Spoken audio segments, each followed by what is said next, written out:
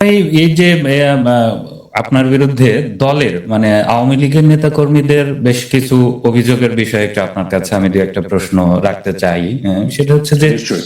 এই যে 5 আগস্টের আগে আওয়ামী লীগের নেতাকর্মীদের অনেকে সোশ্যাল মিডিয়াতেও তারা লেখালেখি করছে বা ব্যক্তিগতভাবে আমাদের সঙ্গে যখন আলাপ আলোচনা হয় তখন অনেকের অভিযোগ যে 5 আগস্টের আগে বিশেষ করে 2024 সালে আওয়ামী লীগ সরকার গঠনের পরে সরকারের উপরে প্রধানমন্ত্রীর উপরে আপনি সহ আপনার আরো দু একজন মন্ত্রী তাদের অনেক প্রভাব ছিল এবং এই যে 5 আগস্ট মানে জুলাই যে আন্দোলন সেই আন্দোলন সামাল দেওয়ার জন্য আপনি সহ আরো দু একজন মন্ত্রীকে দায়িত্ব দিয়েছিলেন, কিন্তু আপনারা এই আন্দোলনটাকে সামাল দেওয়ার জন্য আসলে সঠিকভাবে পারেননি এবং ব্যর্থ হয়েছেন। তো এই প্রসঙ্গটা যে আসলে এই আন্দোলন সামাল দেওয়ার ক্ষেত্রে আপনাদের প্রতি আসলে কতটুকু সরকারের উচ্চ পর্যায় থেকে দায়িত্ব দেওয়া হয়েছিল আর আপনারা কেন ব্যর্থ হলেন?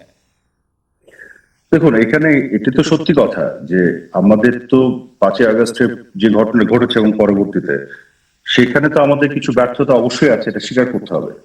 এ ব্যাপারে তো কোনো সন্দেহ নাই এবং আমারও মনে করি ব্যর্থতা আছে, কাজে এই ব্যাপারে আমি অস্বীকার করি না। কিন্তু আমাদের নিয়ত কখনো খারাপ ছিল না।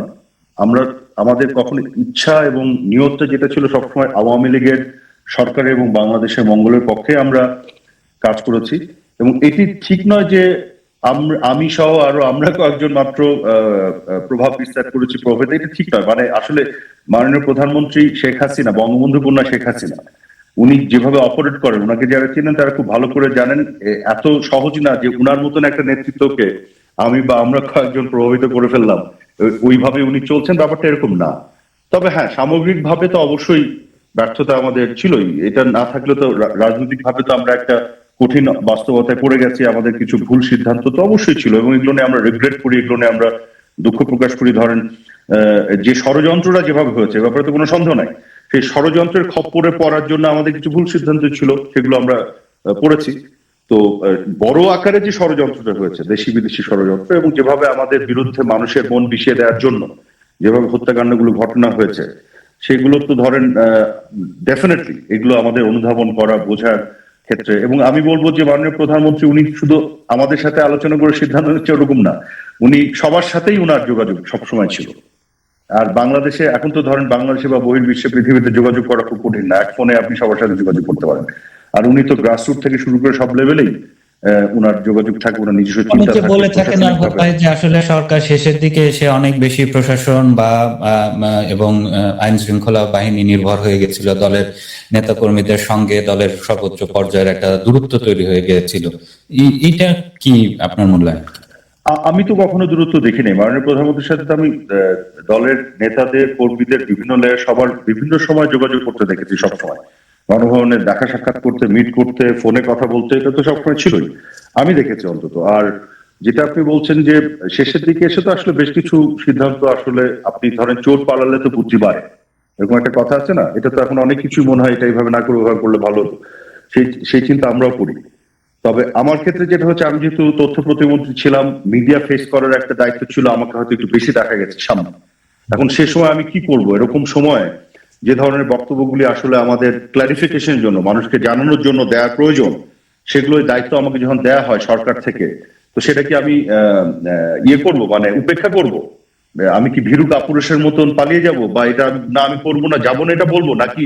আমাকে আমার যাওয়া দরকার। ধরেন আমি পার্টি ফোরামের ভিতরে, দলের মধ্যে, সরকারি মিটিং এর মধ্যে আমি যে কথাই বলি, কিন্তু আমাকে শেষ পর্যন্ত যে সিদ্ধান্ত, সেই সিদ্ধান্তগুলোই তো আমাকে বলতে হবে তথ্য প্রতিমন্ত্রী হিসেবে। এবং 4 তারিখেও তো আমি গণমাধ্যমকে মুখোমুখি হয়েছি, কথা বলেছি। তো এখন এটা যদি মানে এটা তো তখন যদি আমি ধরেন ভয় পেয়ে যেতাম, আমি যদি চিন্তা করতাম সব চলে গেল আমাদের এর বাইরে, তাহলে তো আমি হয়তো ফেস করতাম না, আমি চলে যেতাম বা লুকিয়ে পড়তাম। সেটা তো করি নাই, ফেস করেছি তো, তাই না?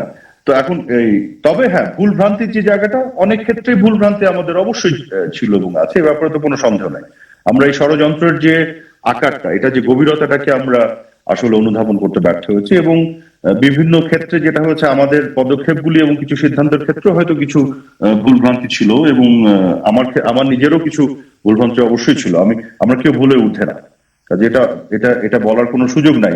এই অ্যারোগেন্স বা এই অহমুখে থাকার কোনো মানে হয় না যে আমার ভুল ছিল না বা ভুল ছিল। অবশ্যই এটা থেকে শিক্ষা নেওয়া এবং শুধরে যাওয়া এগুলো দরকার আছে। ভুলের কিন্তু কিছু উপকারিতা আছে, যদি সেই ভুলটা আপনি স্বীকার করেন এবং সেখান থেকে যদি শিক্ষা নেন এবং সেটা যদি ভবিষ্যতে আর না করেন তাহলে সেটা উপকারী। কিন্তু আপনি যদি ভুল স্বীকার না করেন, শিক্ষা না নেন আর ওটা আবার যদি করতে থাকেন তাহলে কিন্তু কোনো লাভ নাই। তা আমি বিশ্বাস করি ভুল করলে সেটা স্বীকার করা এবং সেখান থেকে শিক্ষা নেয় এবং ভবিষ্যতে সেই ভুলটা না করা।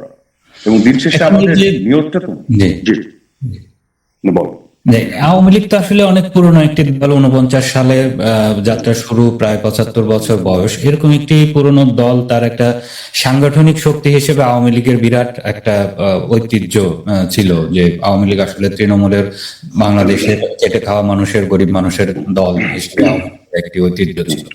এরকম একটি দলে বলা হয়ে থাকে যে এই যে লাস্ট কয়েক বছরে, বিগত কয়েক বছরে ধীরে ধীরে সাংগঠনিক অভিজ্ঞতাহীন অনেকে আওয়ামী লীগের নেতৃত্বে চলে এসেছে, এবং সরকার পরিচালনা এবং দল পরিচালনা যে দুটা আলাদা দক্ষতা, যোগ্যতা বা কৌশলের দরকার পড়ে, এই জিনিসটাও আসলে ততটা খেয়াল করা হয়নি। তো আপনার কি মনে হয় যে আসলে কি সাংগঠনিক অভিজ্ঞতাহীন বা কম, তুলনামূলক কম অভিজ্ঞতা সম্পন্ন ব্যক্তিরা আওয়ামী লীগের কেন্দ্রীয় নেতৃত্ব বা নীতি নির্ধারণের ক্ষেত্রে গুরুত্বপূর্ণ হয়ে ওঠার কারণে কি দলের এই আজকের যে বিপর্যয়, এরকম একটি বিপর্যয়ের মুখোমুখি হয়েছে? আপনার এই প্রশ্নের উত্তরটা আমি এভাবে দিই যে আওয়ামী লীগের যে কেন্দ্রীয় কার্যনির্বাহী সংসদ, সেখানে তো সভানেত্রী আছেন, সাধারণ সম্পাদক আছেন এবং আপনার প্রেসিডিয়াম আছে, তারপরে আপনার সম্পাদক মন্ডলী আছে এবং সদস্য আছে। তো সেখানে যদি আপনি দেখেন আওয়ামী লীগের সাথে দীর্ঘদিন ধরে সাংগঠনিকভাবে সম্পৃক্ত থাকা এবং অভিজ্ঞতা সম্পন্ন মানুষই তো 90%। আপনি জাস্ট লিস্টটা দেখলেই আপনি নাম ধরে ধরে হিসাব করলে পাবেন। এবং এছাড়াও যেটা হয়, একটা রাজনৈতিক আপনার চলার পথে নতুন অনেককে হয়তো সুযোগ দেওয়ার একটা চেষ্টা ছিল মাননীয় প্রধানমন্ত্রীর, আওয়ামী লীগ সভানেত্রীর। উনি চেষ্টা করেছেন, সুযোগ দিয়েছেন, দেখেছেন কেমন করে, ভালো করে কিনা, এবং অনেক ক্ষেত্রে অনেককে দিয়ে হয়তো ফিউচারের জন্য চেষ্টা করেছেন।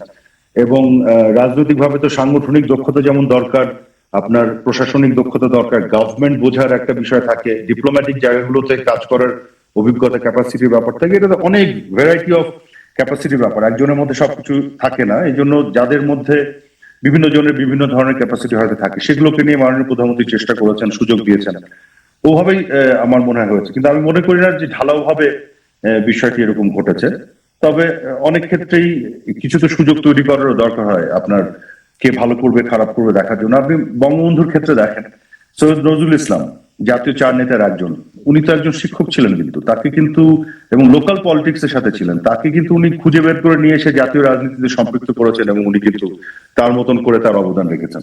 তো কখনো কখনো আপনার ক্ষেত্র বিশেষে এই ধরনের চেষ্টা হয়তো করা হয় এবং নেতৃত্ব, সর্বোচ্চ পর্যায়ে নেতৃত্বে তার চিন্তা থেকে, তার বিচক্ষণতা থেকে উনি সেটা করেন। কিন্তু আমি ঢালাওভাবে এই অভিযোগটিকে সমর্থন করি না। আমার মনে হয় না যে বিষয়টি এইভাবে হচ্ছে। তবে এর বাইরেও অবশ্যই আমাদের এই মুহূর্তে যে বাস্তবতা, সেখানে দাঁড়িয়ে এটি বলার কোনো সুযোগ নেই যে আমাদের কোনো ভুল ভ্রান্তি কখনোই কিছু হয়নি। ভুল ভ্রান্তি তো অবশ্যই হয়েছে, এগুলো এই চলাপথে হয় এবং সেখান থেকে শিক্ষা নেওয়ার ব্যাপার থাকে, যেটা আমি বললাম। এই ভুলগুলো কি আপনারা চিহ্নিত করতে পেরেছেন, বা দলের মধ্যে কি এই ভুল ভ্রান্তি গুলো নিয়ে আলোচনা হচ্ছে? মানে আত্মসমালোচনার যে জায়গাটা, সেইটা কি এখন আপনাদের মধ্যে আছে? না, আপনার এটা তো আপনার এখন না, এটা তো সার্বক্ষণিক ভাবে সবসময় থাকতে হয়। আওয়ামী লীগের কিন্তু একটা মানে বিউটি আছে, সেটা হচ্ছে আওয়ামী লীগের কিন্তু বিভিন্ন ফোরামে সবসময় আলোচনা সমালোচনা, বিভিন্ন ধরনের বক্তব্য দেয়া, এসব কিন্তু হয়ে আছে, মানে হয়ে আসছে এবং হয়। এই যে আওয়ামী লীগের কেন্দ্রীয় কার্যনির্বাহী সংসদের যে মিটিং গুলি, আপনাকে আমি ছোট্ট এক্সাম্পল দেই। এই সর্বশেষ মিটিং এ আপনার মনে আছে, এই লোকাল গভর্নমেন্টের নির্বাচনে কি বলা হলো, নৌকা প্রতীক বাতিল করা হলো, তাই না? হুম। আপনার যদি মনে থাকে। তো লোকাল গভর্নমেন্টের নির্বাচনে নৌকা প্রতীক তো ছিল। সর্বশেষ আমাদের জাতীয় নির্বাচনের পরে আমাদের যে লোকাল গভর্নমেন্ট নির্বাচন আগে সর্বশেষ কার্যনির্বাহী সংসদের মিটিংয়ে সিদ্ধান্ত হলো, মাননীয় প্রধানমন্ত্রী আওয়ামী লীগ সভানেত্রী কিন্তু নৌকা প্রতীক রাখার পক্ষে ছিলেন, কিন্তু উনি ফ্লোর ওপেন করে দিলেন, সবাই বক্তব্য দিল এবং কার্যনির্বাহী সংসদের বেশিরভাগ নেতারা যখন নৌকা প্রতীক রাখার বিপক্ষে বক্তব্য দিল, তারপরে শেষমেশে এসে মেজরিটির বক্তব্যটাকে গ্রহণ করে সভানেত্রী কিন্তু সেই বক্তব্যটাকে গ্রহণ করে সেই সিদ্ধান্ত দিলেন।